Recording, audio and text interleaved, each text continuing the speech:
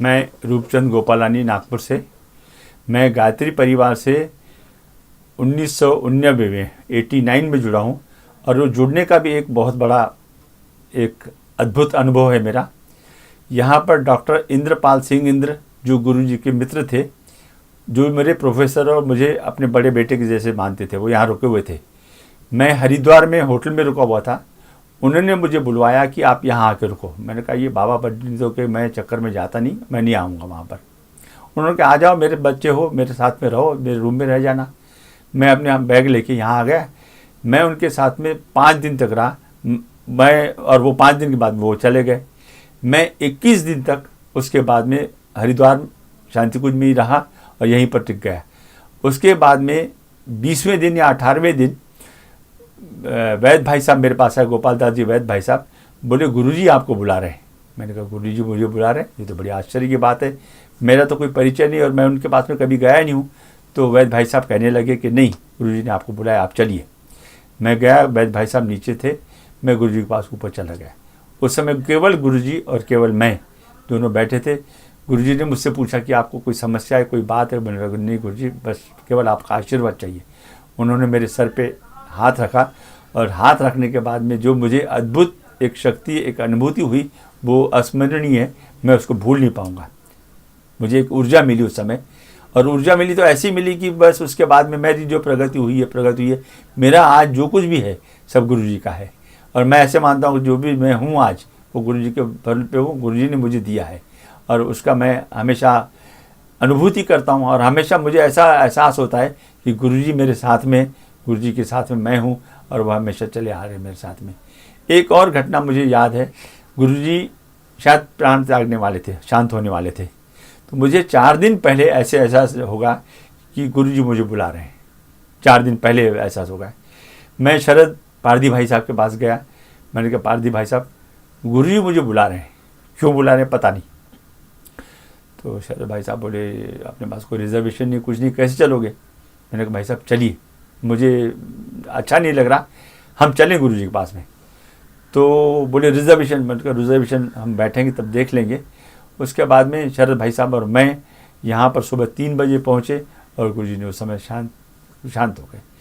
मैंने खुद से ये कहा कि गुरुजी ने देखो कैसे बुला लिए मुझे इस समय, और वो आपकी वीडियो रिकॉर्डिंग में वहाँ पर मैं उनके सामने खड़ा हूँ और उस समय मुझे जो अनुभूति हुई कि देखिए गुरुजी इस समय भी मुझे याद कर रहे हैं और इस समय मुझे बुलाए। और मैं खड़ा रहा, मुझे बड़ी अद्भुत अनुभूति हुई उस समय भी ऐसा बोला कि लगा कि देखिए गुरुजी मुझे कितना चाहते हैं, कि उस समय मुझे 4 दिन पहले ही उन्होंने मुझे वो ये दे दी, इंडिकेशन दे दिया कि मैं जा रहा हूँ, मुझसे मिलने के लिए आओ। और मिलने के लिए आया मैं। शरद पारदी भाई साहब और मैं दोनों आए, केवल 2 आए। हमारे पास रिजर्वेशन नहीं था, किसी तरह से वो रिजर्वेशन अरेंज किए उसमें ट्रेन में, और हम लोग यहाँ पर आए। मैं भंडारा के पास में तुमसर में एक ब्रिज का काम कर रहा था। उस समय बारिश का मौसम, जून का महीना शुरू हो गया था। मैं सुबह रोज़ उठ के गायत्री मंत्र पढ़ता था और पढ़ने के बाद में गुरुदेव को कहता था, गुरुदेव जब तक मेरा ये ब्रिज का काम पूरा नहीं होता तब तक कृपया यहाँ बारिश न हो। मेरी अद्भुत अनुभूति ये थी कि उस 2 किलोमीटर के रेडियस में करीब हफ्ता भर बारिश होती रही और वो वहाँ से पानी, हमने कॉपर डैम बना था, कॉपर डैम पूरा भर गया। लेकिन जहाँ हमारी ब्रिज थी वो ब्रिज में पानी वो हफ्ता भर नहीं आया।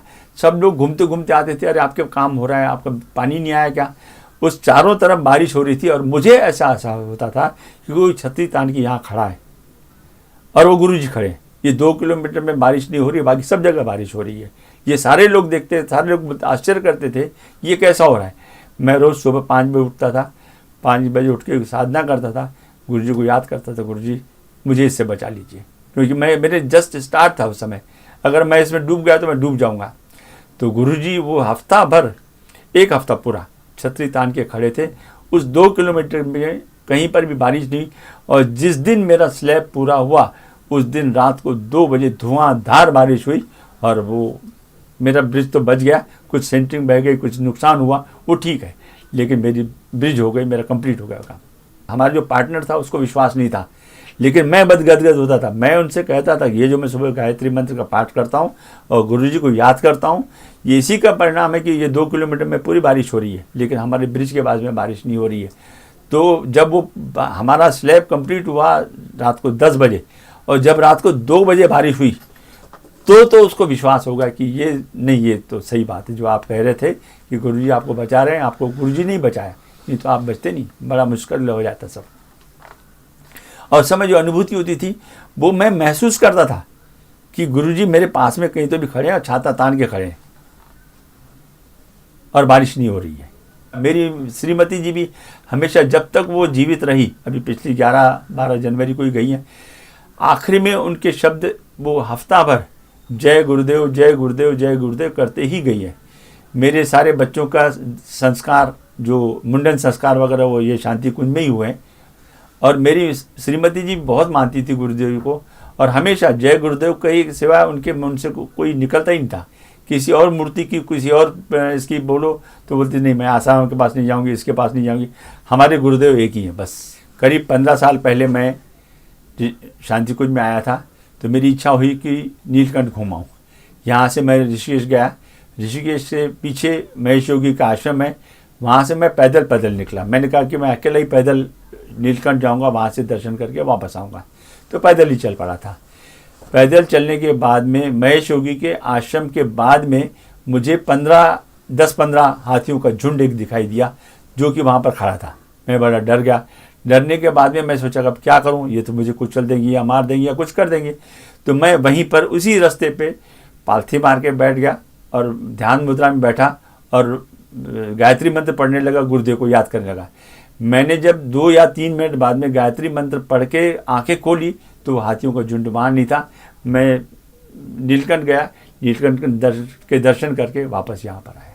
ये मेरा एक दूसरा अनुभव है। इस मिशन से जब से मैं जुड़ा हूँ तब से मेरा क्रमवार मानसिक रूप से, शारीरिक रूप से, आर्थिक रूप से, आध्यात्मिक रूप से सब उन्नति हुई है, कहीं अवनति नहीं हुई है। मेरा चरित्र, मेरा अच्छा, मैं और एक बात बता दूं कि मैं यहाँ आने के पहले शांति कुंज में जब 79 में आया था, 89 में आया था, तब से रोज मांस खाता था। रोज एक दिन भी मैं मांस खाए सिवाय रहता नहीं था।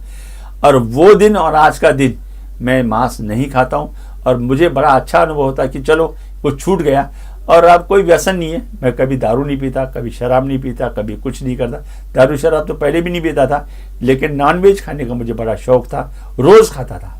2500 दिन, ये 5 दिन कौन से छूटते थे, ये जो त्यौहार व्यवहार आते वो, या सत्यनारायण के दिन हमारे यहाँ पूजा होती है तो सत्यनारायण के दिन, बाकी सब रोज़ मैं नॉनवेज खाता था।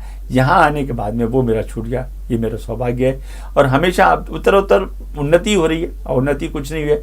और मैं ऐसे महसूस करता हूँ कि जो आज मैं हूँ वो गुरुजी के साथ में, इसलिए ये जो 108 कुंडी यज्ञ, हाँ मैंने 108 कुंडी यज्ञ भी करवाया, खुद अकेले ने 108 कुंडी यज्ञ नागपुर में कराया, जिसमें 10,000 लोग सम्मिलित हुए। और समय भी मुझे ऐसा हुआ कि मैं धन्य हो गया। उसके बाद में मैंने 100 रुपये दिया तो मुझे 1000 रुपये मिले गुरुजी से। अभी भी मैं जो काम कर रहा हूँ वो मुझे ऐसा लगता है कि मैं नहीं कर रहा हूँ, गुरुजी मुझे करवा रहे हैं। और जो भी मैं दे रहा हूँ वहाँ पर, वो मैं नहीं दे रहा हूँ, वो तो गुरुजी दे रहे हैं। गुरुजी मुझे वापस करेंगे, 100 गुना वापस करेंगे। न भी दें तो गुरुजी का दिया हुआ सब कुछ है, वो गुरुजी का ही है। मैं यही कहूँगा कि इस संस्था से जो जुड़ेगा वो उत्तर उन्नति पाएगा। जैसे मैंने उन्नति की है वैसे सब लोग उन्नति पाएंगे। और मेरी सदिच्छा यही है कि हर व्यक्ति इस समय, क्योंकि यहाँ दुर्व्यसन से और सब दुष्संस्कारों से मुक्ति की एक प्रेरणा मिलती है, इसलिए सभी ने इस संस्था से जुड़ना चाहिए। यही मेरी प्रार्थना है, ये मेरा आग्रह है। हमारे YouTube चैनल शांति कुंज वीडियो गायत्री परिवार को सब्सक्राइब करें एवं बेल आइकन जरूर दबाएं ताकि गायत्री परिवार की विभिन्न गतिविधियों की जानकारी आपको मिलती रहे।